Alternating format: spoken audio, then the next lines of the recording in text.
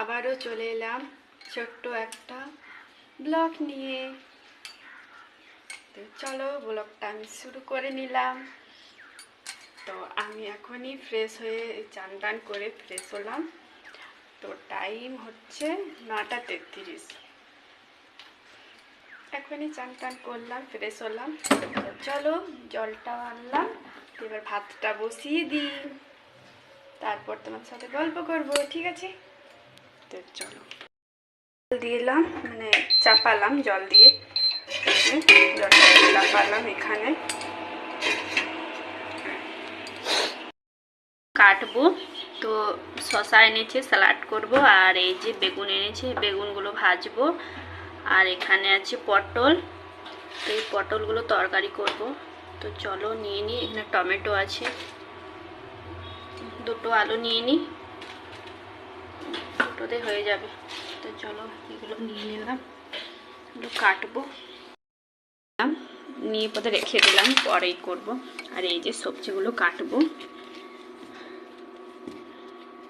পটলগুলো তরকারি করব।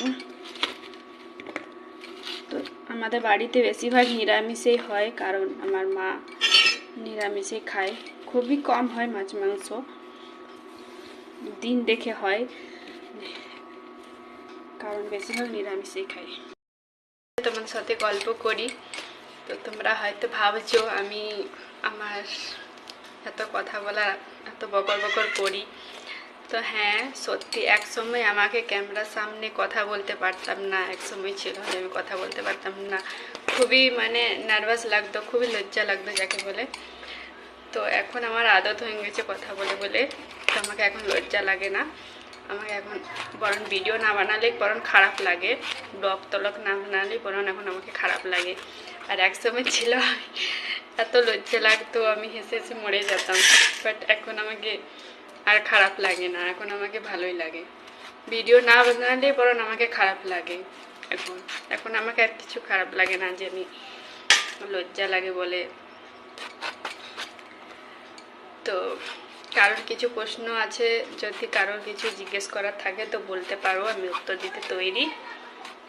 তো এই যে বেগুনগুলো কাটা হয়ে গেল, সবজিগুলো কাটা হয়ে গেছে, এই যে এগুলো ভাজা করব, কলা আলু এগুলো কাটিয়েছি আর কাটা হয়েছে, আর এগুলো পটল আলুর তরকারি করব, আর এই বেগুনগুলো ভাজা করব। তো আজকাল সবজি এগুলোই কাটা হয়ে গেছে, এবার রান্না করব। দেওয়া হয়ে গেছে, এই যে ফুটছে। তো আজকাল এই পর্যন্তই শেষ।